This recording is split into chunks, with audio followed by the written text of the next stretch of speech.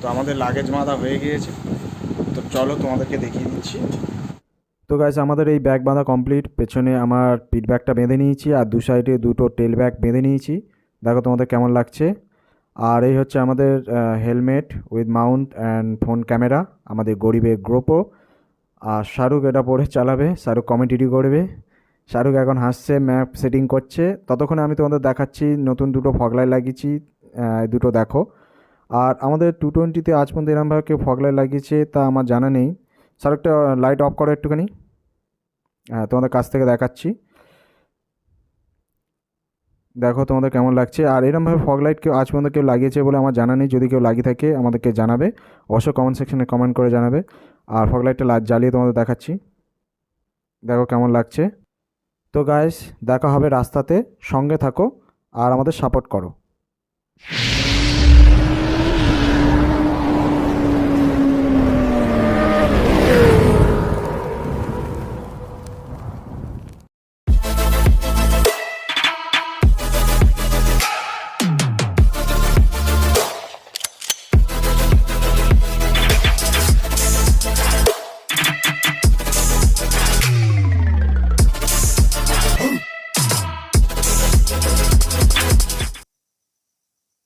তো ফ্রেন্ডস, বেরিয়ে পড়ছি বাড়ি থেকে এখন।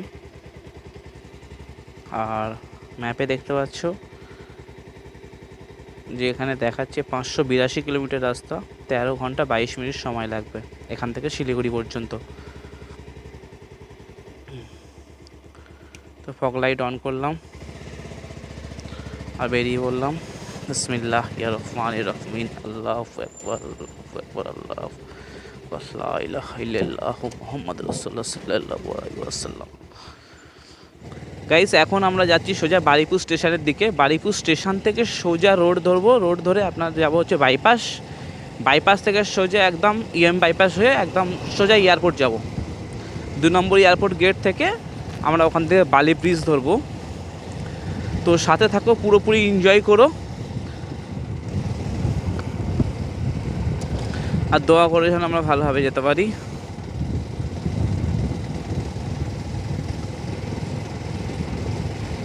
তো এখন রাস্তা দেখাচ্ছি যে 582 কিলোমিটার, 13 ঘন্টা 20 মিনিট সময় লাগবে। আমরা এখন বেরিয়েছি রাত 12টা 19 মিনিট দেখাচ্ছে, মানে 12টা 18-তে আমরা বেরিয়েছি। ওর সামনে বোর্ড লেখাই আছে যে Sonarpur 10 kilometre, Kamalgachhi 11 kilometre, Garia 13 kilometre আর কলকাতা 30 কিলোমিটার। তো সোজা আমরা কলকাতা এয়ারপোর্টের রাস্তা ধরবো, যেটা এখান থেকে 30 কিলোমিটারের মতোই পড়বে।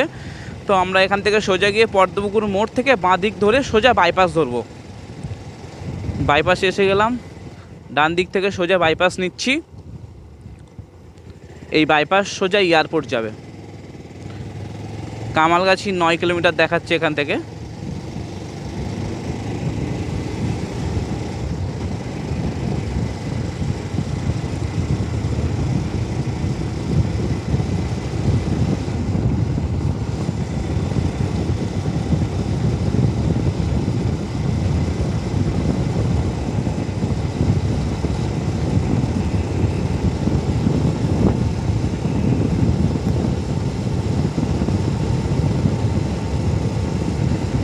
বন্ধুরা, ফগ লাইট যেটা লাগিয়েছি, রাস্তাটা শুধু দেখো একদম কেমন লাগছে শুধু বলো। ফগ লাইট পুরো রাউট অফ, দেখতে পাচ্ছ? অফ শুরু করলাম ফগ লাইট। তো বন্ধু, বাড়ি থেকে বেরিয়ে এখন পর্যন্ত এসে গেছি প্রায় 14 কিলোমিটার আর টাইম লেগে গেছে প্রায় 19 মিনিট, কারণ আমরা আস্তে আস্তে আসছি। আর এসে গেছি কামালগাছি ব্রিজ। কামালগাছি ব্রিজের ওপরে উঠছি এখন। আর আমরা সত্যি খুবই আস্তে গাড়ি চালাচ্ছি, আপ টু 70-80 স্পিড মেনটেন করছি এবং বারবার দাঁড়াচ্ছি।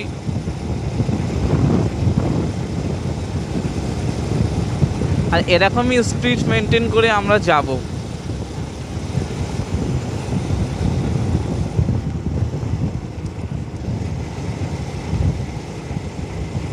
ম্যাপটা তো দেখতেই পাচ্ছ। আর রোডের এই অবস্থা, রাতের কলকাতা। কামালগাছি ব্রিজ রাতের কলকাতাকে একটু উপভোগ করো। আর এখন বাজে 12:40। ধরে নিলাম বাইপাস, সোজা এয়ারপোর্ট। এখান থেকে এয়ারপোর্ট প্রায় 20 কিলোমিটারের মতো। তো বন্ধুরা দেখতে দেখতে এসে গেছি পাটুলিতে। আর পাটুলি যেটা বাঁদিকে দেখতে পাচ্ছি ওটা হচ্ছে নৌকুর বাজার। আর নৌকুর বাজার সকালবেলা করেই বসে, ওখানে সবজি বিভিন্ন রকমের মাছ মাংস সব কিছু এখানে পাওয়া যায়। আর এসে গেছি পাটুলির সিগনাল। এবারে তো কলকাতার সিগনাল খেতেই থাকতে হবে একটার পর একটা। ফার্স্ট সিগনালই আমি এটা খেলাম, এবার পরস্পরিত সিগনাল একটার পর একটা খেতে থাকতে হবে। আর সামনে তো দেখতেই যাচ্ছে পুরো একদম পাটুলি, যেখানে সন্ধ্যার পরে সকলে এসে আড্ডা মারে। পুরো জল জল করছে, পাটুলির লাইটটা দেখলে বোঝাই যায় যে পুরো পাটুলি এসে গেছি। আর সামনে হাওড়া ব্রিজ করে রেখেছে, হাওড়া ব্রিজে এত সুন্দরভাবে লাইট লাগিয়েছে, জায়গাটা খুবই সুন্দর লাগে। সত্যি সুন্দর করে জায়গাটা এত সুন্দর লাগে।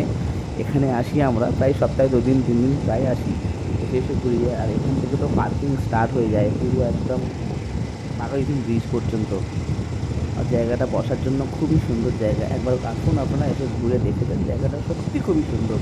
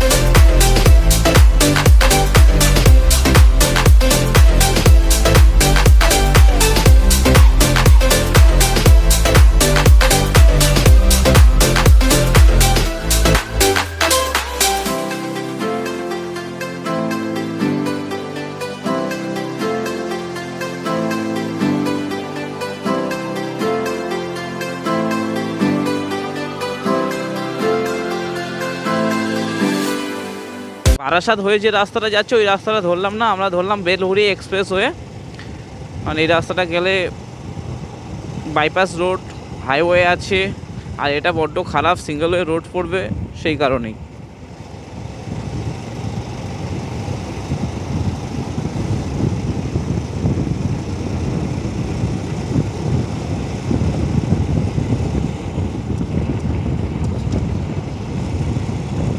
এখন আমরা ডাংকুনি রোড ধরে নিয়েছি। আর আপনারা দেখছেন দক্ষিণেশ্বর ব্রিজ। বারবার ম্যাপটা এত প্রবলেম করছে, বারবার রুটটাকে চেঞ্জ করে দিচ্ছে, প্রচণ্ড প্রবলেম করে ম্যাপটা এখানে। চারিদিকে এতটাই রাস্তা, দক্ষিণেশ্বর ব্রিজটা ক্রস করার পরে রাস্তা এদিক ওদিক এত হয়, একটু বারবার শুধু রুট ঘুরিয়ে দিচ্ছে বারবার। ওফ, আগে যখন দক্ষিণেশ্বর ব্রিজের উপরে আসতাম এত সুন্দর লাগতো, শুধু ফটোশ্যুট করতাম। ডান দিক থেকে হয়ে যাচ্ছে, বাঁদিকে বালি ব্রিজ, এটা একটা আলাদা সৌন্দর্য। নিচে দেখুন দেখুন কেমন লাগছে, তো সুন্দর লাগছে না বালি ব্রিজটা, কত সুন্দর। আর এ পাশ থেকে যদি আরও ট্রেনটা যেত, সব কিছু পেয়ে যেত, যা চাওয়া পাওয়া একসাথে সব পেয়ে যেতাম। আর নিচে তো হুগলি রিভার বয়েছে, গঙ্গা নদী, খুব সুন্দর লাগে না এই মুহূর্তটাকে। কিন্তু এখন যে দাঁড়িয়ে ফটোশ্যুট করবো সেই সময় এখন হাতে নেই, কারণ আমাদের গন্তব্য অনেকটাই দূরে। আমাদের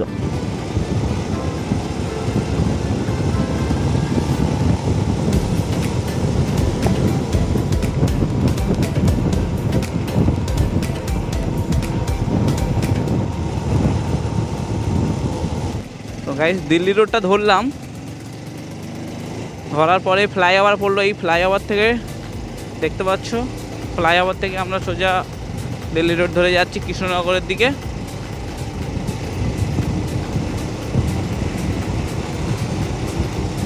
আবার রাতে কিছু দেখাবার মতো নেই, আর সকাল হোক কৃষ্ণনগর পৌঁছে যাই। কৃষ্ণনগর পৌঁছানোর পরে দেখি কত দূর যায়। কৃষ্ণনগর আমাদের টার্গেট আছে যে সকাল হওয়ার আগে কৃষ্ণনগর ঢুকবো, বহরমপুর পর্যন্ত পৌঁছাতে পারি, সেরকম একটা টার্গেট নিয়ে বেরিয়েছি। কিন্তু রাস্তায় জামের জন্য অনেকটা লেট হয়ে গেছে, দেখি কি করা যায়। রাস্তাও বুঝতে পারছিলাম না একটু, তার জন্য অনেকটা সমস্যা হয়েছে।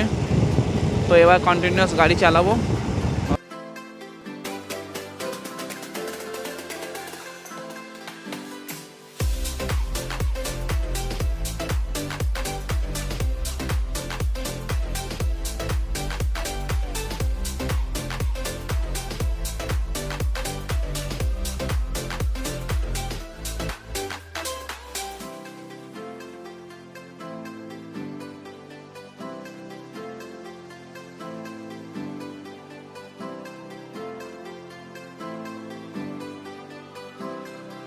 গুড মর্নিং ফ্রেন্ডস, দেখতে দেখতে চলে এসেছি বহরমপুর টোল প্লাজা।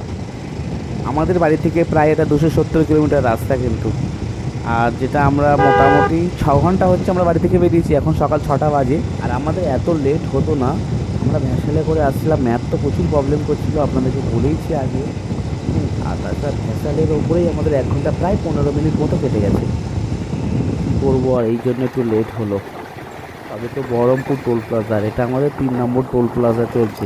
আর একটা গাড়ির সামনে জিনিসটা দেখো, এই বাইকটা দেখো, বাইকটাতে হাঁড়ি বেঁধে নিয়েছে। আমি ভাবছিলাম যে আমাদের এই হাঁড়ি বেঁধে নিলে তো ভালো হতো, ফালতু ফালতু লাগেজ বেঁধে এত বড় লাগেজ নেওয়ার দরকার ছিল না। আর সেটা আবার ব্যাগটা দাও, তৈরি করো, এই হাঁড়ি বেঁধে নিতাম, এই সমস্ত কিন্তু দিতাম, হয়েই যেত কাজ, তাই না? বাহ।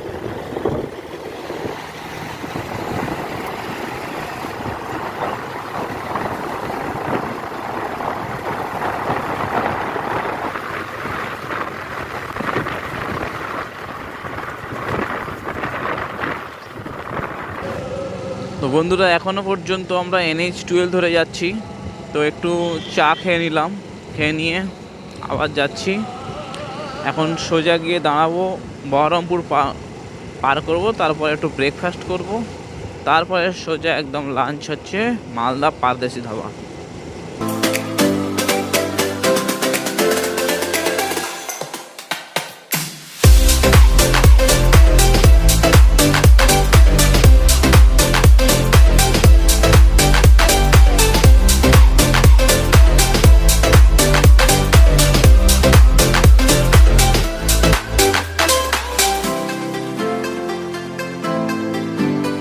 তো বন্ধুরা, বহরমপুর সিটিতে আমরা ঢুকবো, যে বাঁদিকে যে রোডটা নিয়েছি ওই বাঁদিকে রোডে ঢুকে গেলাম।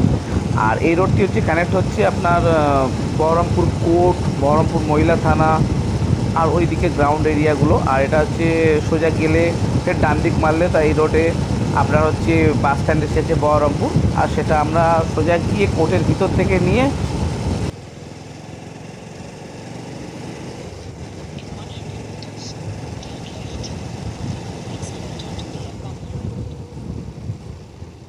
বহরমপুর যেগুলো হেভি করে রেখেছে না, দেখ।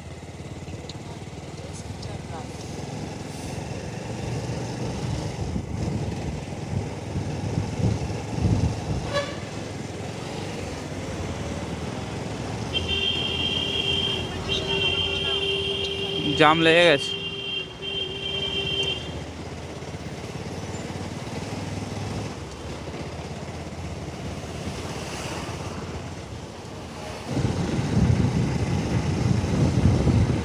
এসে গেছি আমরা বহরমপুর ফারাক্কা টোল প্লাজা। আমাদের ডেস্টিনেশনের এটা 4 নম্বর টোল প্লাজা হয়ে যাচ্ছে কলকাতা থেকে। তো শায়দ না, মানে আমরা অ্যাকচুয়াল দুটো পার করিনি, সাইড থেকে চলে এসেছি, আর এই দুটো পার করছি। ওরে বাবা,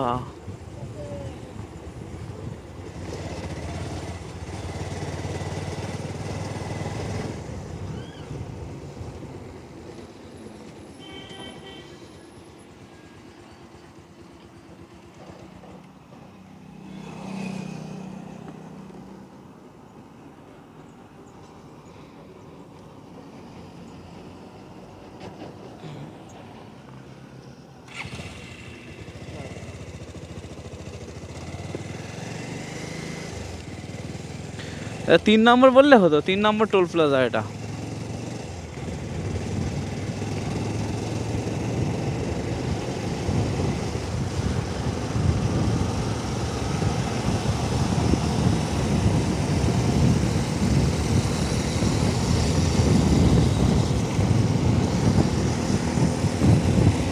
কি করেছে দেখ গাড়িটাকে,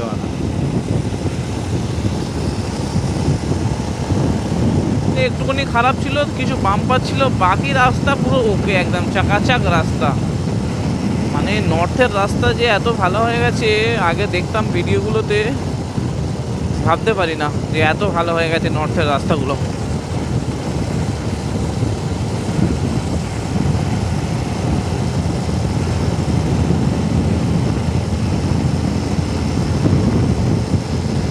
গাড়ি আমরা চাইলে 120-25 নিয়ে যেতে পারি, কিন্তু আমরা তো বেড়াতে যাচ্ছি, আনন্দ করতে যাচ্ছি, তাই এত জোরে গাড়ি চালানোর কোনো মানে নেই। এমনিও আমরা অনেক আগিয়ে আছি, আমরা ফারাক্কা থেকে মাত্র 50 কিলোমিটার পেছনে আছি। তো এখন বাজে মাত্র 8:30 বাজে, আমরা অনেক আগিয়ে আছি। সারাদিন হাতে সময় আছে শিলিগুড়ি পৌঁছানোর মতো, কারণ আমরা শিলিগুড়িতেই স্টে করব। আমরা তো গ্যাংটকে যাব না আজকে, অ্যাকচুয়াল গ্যাংটক তো যাবোই না, মাঙ্গান যাব আমরা। কালকে আমরা মাঙ্গান চলে যাব, শিলিগুড়িতে আজকে স্টে করব আর কালকে মাঙ্গান যাব। আর সাথে থাকো, মাঙ্গানের ব্লগ দেবো, তারপরে আপনার লাচুং, গুরুদম্মা লেক, সব ব্লগগুলো দেবো একটা একটা করে। বাস একটাই কাজ করে দিও গাইস, সাবস্ক্রাইব করে দিও চ্যানেলটাকে, লাইক ঠুকে দিও, সাপোর্ট করো, বাস এইটুকু বলবো, সাপোর্ট করো।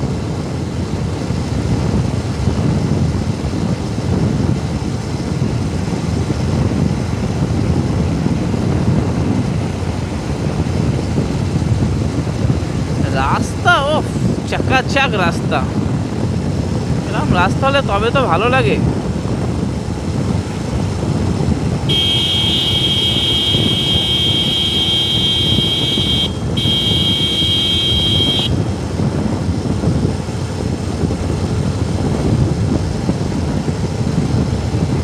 কতক্ষণ লাগে শিলিগুড়ি যেতে এরকম যদি রাস্তা হয়?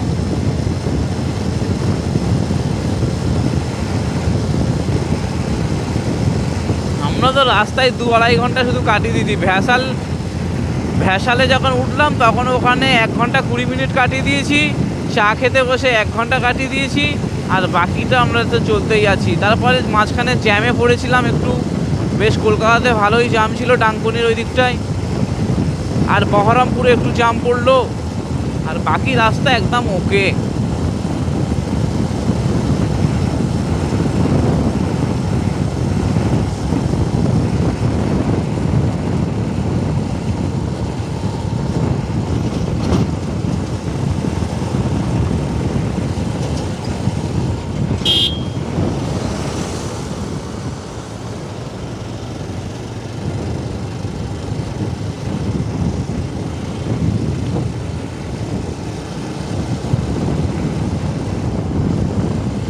স্যাট করে ঢুকে গেলাম, কিন্তু এটা ঠিক না। শুধু আমার আইডিয়া ছিল যে হ্যাঁ ঢুকে যাবে, কারণ পেছনে অলরেডি লাগেজ ব্যাগ আছে। এইভাবে ছোটো ছোটো গ্যাপের মধ্যে ঢোকার কোনো দরকার নেই। সুস্থ সম্ভবভাবে আমাদেরকে আমাদের মঞ্জিলে পৌঁছাতে হবে। আজ আমরা বিকাল 4-5টার মধ্যে শিলিগুড়ি ঢোকার জন্য চেষ্টা করব। না হয় সন্ধ্যে 7টা বাজবে, 8টা বাজবে, কোনো দুঃখ নেই, রাত 10টা বাজবে, কোনো অসুবিধা নেই।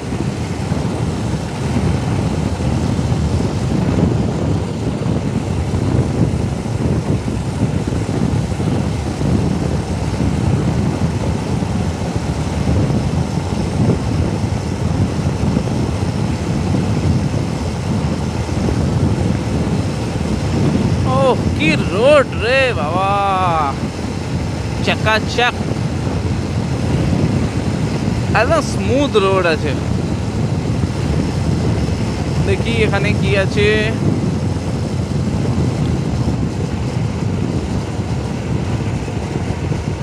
পানাগড়, বোলপুর, রামপুর হাট।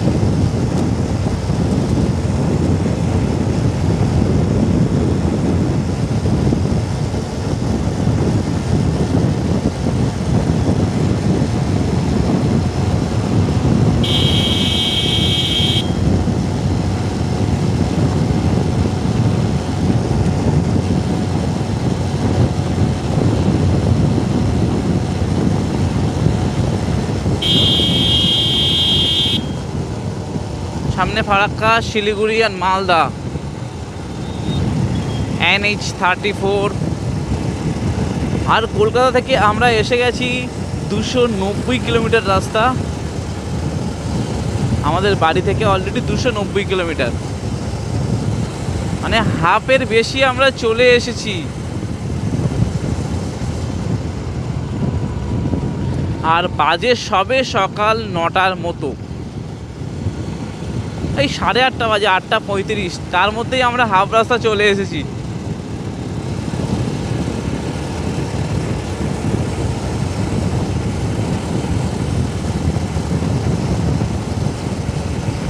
চাইলে আমরা বেলা 1:30-2টোর মধ্যে চলে যেতে পারি শিলিগুড়ি, কিন্তু আমরা যাব না, আমরা হোল্ড করতে করতে যাব।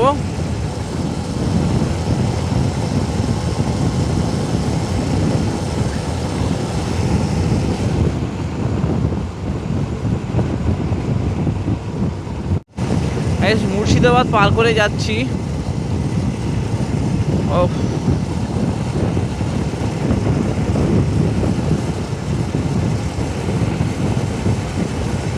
একটা ছোট 10 মিনিটের ব্রেক লাগবে।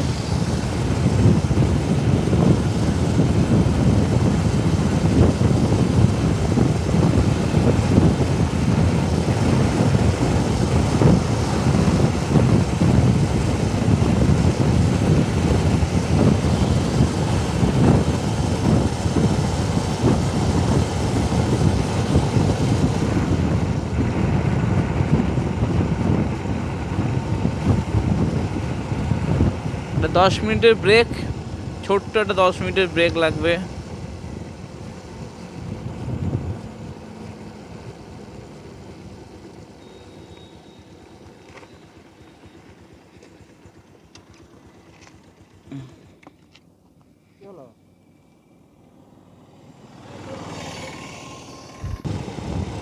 তো বন্ধুরা, মোটামুটি ফারাক্কা ব্রিজের কাছাকাছি এসে গেছি। হ্যাঁ, ঠিক বলেছি, ডান দিক থেকে মনে হচ্ছে ওটা না লোকাল ট্রেন। আর তাছাড়া লোকাল ট্রেনই হবে মনে হচ্ছে, তাই না? ট্রেনটা দেখে মনে হচ্ছে লোকালই ট্রেন। আরে আমার একটা খুব ইচ্ছা আছে যে যখন এই ট্রেন যাবে ফারাক্কা ব্রিজের ওপর থেকে, তখন যদি আরও সাথে সাথে ট্রেনের সাথে সাথে যেতে পারি। এটা একটা ইচ্ছা রে, ইচ্ছাটা যদি পূরণ করা যায়। একবার দেখি, বুঝলি তো, ট্রেনটা যাবে সাথে সাথে আমরা যাওয়ার চেষ্টা করবো। ট্রেনটা তো অনেকটা স্পিডে যাচ্ছে দেখছি, ট্রেনের সাথে সাথে যদি যাই। আর যদি ফারাক্কা ব্রিজের ওপর থেকে ট্রেনটা যখন যাবে তখন সাথে সাথে যেতে পারি, একটা ইচ্ছা পূরণ হবে। অনেকদিন আগে থেকে বলেছিলাম না এই কথা, যদি এটা পূরণ করা যায়। চল আজকে একবার দেখা যাক ভাগ্য সাথ দেয় কিনা।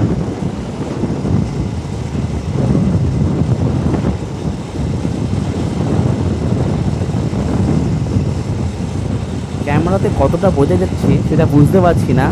আর সামনের দিকে দেখো, এখনও পর্যন্ত কুয়াশা কাটেনি। আর এখন প্রায় 9:30 বাজে, আর এখনও কোনো কুয়াশাই কাটেনি।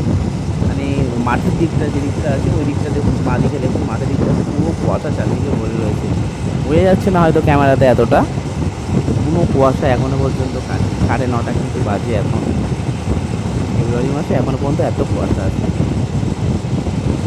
তো বন্ধুরা, ফারাক্কা ব্রিজের আগে এই যে টার্নিংটা এত ভালো লাগে।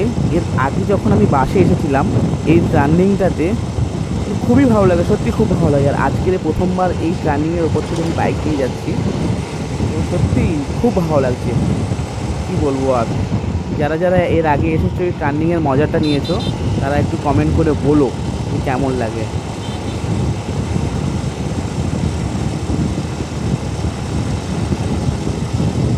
তো বন্ধুরা, আগে দেখতে পাচ্ছ কি সেই ঐতিহাসিক ব্রিজ, আয়রন ব্রিজ। ব্রিজটার ওপর থেকে যখন যাই সত্যি খুবই ভালো লাগে। এটা অনেক পুরানো একটা ব্রিজ। বাপরে, ফের ফোনটা পড়ে যাচ্ছিলো এক্ষুনি। কতবার যে ফোনটা পড়ে যাচ্ছে নিজেও বুঝতে পারছি না। এই না মানে 4-5 বার মোটামুটি পড়ে ভাঙবে, মোটামুটি সিকিম পৌঁছাবার আগে। আমাদের স্ট্যান্ডটা সব থেকে বাজে হয়েছে আমার। কেমন লাগছে, এত বড় আয়রন ব্রিজ সত্যি এই রাস্তায় আর নেই, তাই আছে।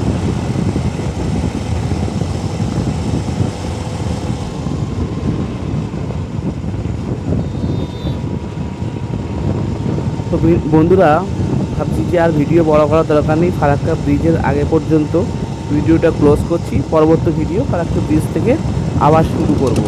তো এপিসোডটা ভালো করে দেখো, আর কেমন হয়েছে সেটা বলো, আর লাইক কমেন্ট শেয়ার করো, চ্যানেলটাকে সাবস্ক্রাইব করে দিও, আর নেক্সট এপিসোডের জন্য কমেন্ট করো, পরবর্তী এপিসোড ভালো করার আরও চেষ্টা করো।